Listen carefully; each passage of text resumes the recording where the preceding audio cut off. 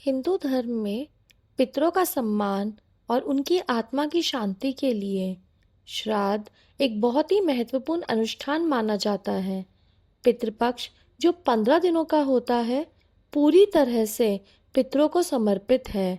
इस पक्ष का अंतिम दिन, जिसे श्राद्ध अमावस्या या सर्व पितृ अमावस्या कहते हैं, सबसे खास और महत्वपूर्ण होता है। यह दिन उन सभी पितरों के लिए होता है जिनकी मृत्यु तिथि ज्ञात नहीं है या जिनका श्राद्ध किसी कारणवश पितृपक्ष के दौरान नहीं हो पाया।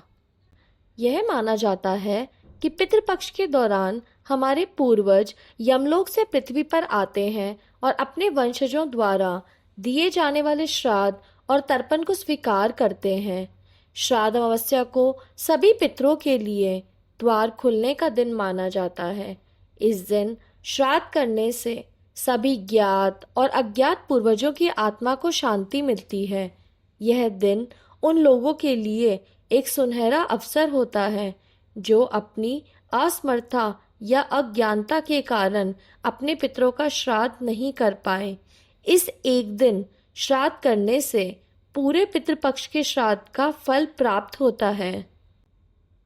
इस दिन किए गए दान, पुण्य और तर्पण से पितृ तृप्त होते हैं और अपने वंशजों को सुख, समृद्धि और वंश वृद्धि का आशीर्वाद देते हैं।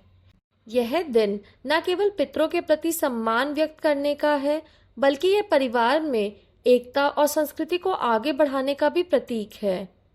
श्राद्ध अमावस्या के दिन कई विशेष अनुष्ठान किए जाते हैं जो पितरों की आत्मा की शांति के लिए जरूरी हैं। यह श्राद्ध का सबसे महत्वपूर्ण हिस्सा है। तर्पण और पिंडदान यह श्राद्ध का सबसे महत्वपूर्ण हिस्सा है।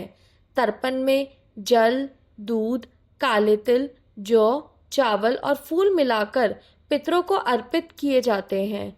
यह उन्हें जल पिलाने का एक प्रतीकात्मक कार्य है।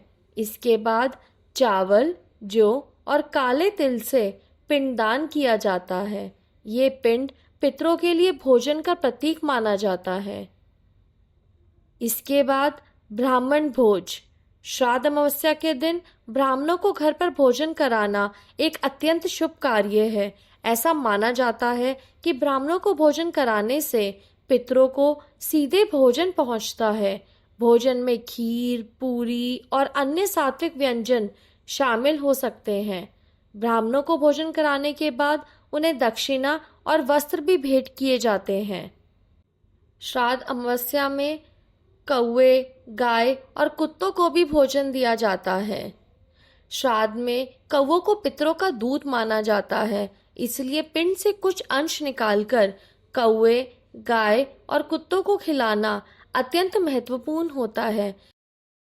श्राद्ध अमावस्या के दिन गरीबों और जरूरतमंदों को भोजन, वस्त्र और धन का दान करना बहुत पुण्यदायी माना जाता है। ऐसा माना जाता है कि इस दिन किए गए दान से पितृ बहुत प्रसन्न होते हैं।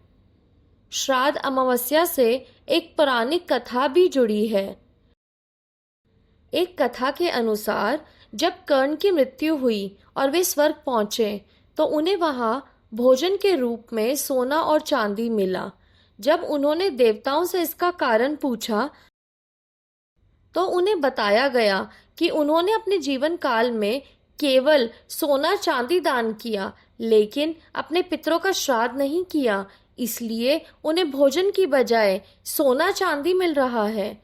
यह सुनकर कर्ण ने यमराज से कुछ समय के लिए पृथ्वी पर जाने की अनुमति मांगी ताकि वे अपने पितरों का श्राद्ध कर सकें। यमराज ने उन्हें 15 दिनों का समय दिया, जिसे पितृपक्ष के रूप में मनाया जाता है। श्राद्ध अमावस्या का दिन हमें हमारे पूर्वजों की याद दिलाता है और हमें यह सिखाता है कि हमें अपने परिवार के इतिहास और संस्कृति का सम्मान करना चाहिए।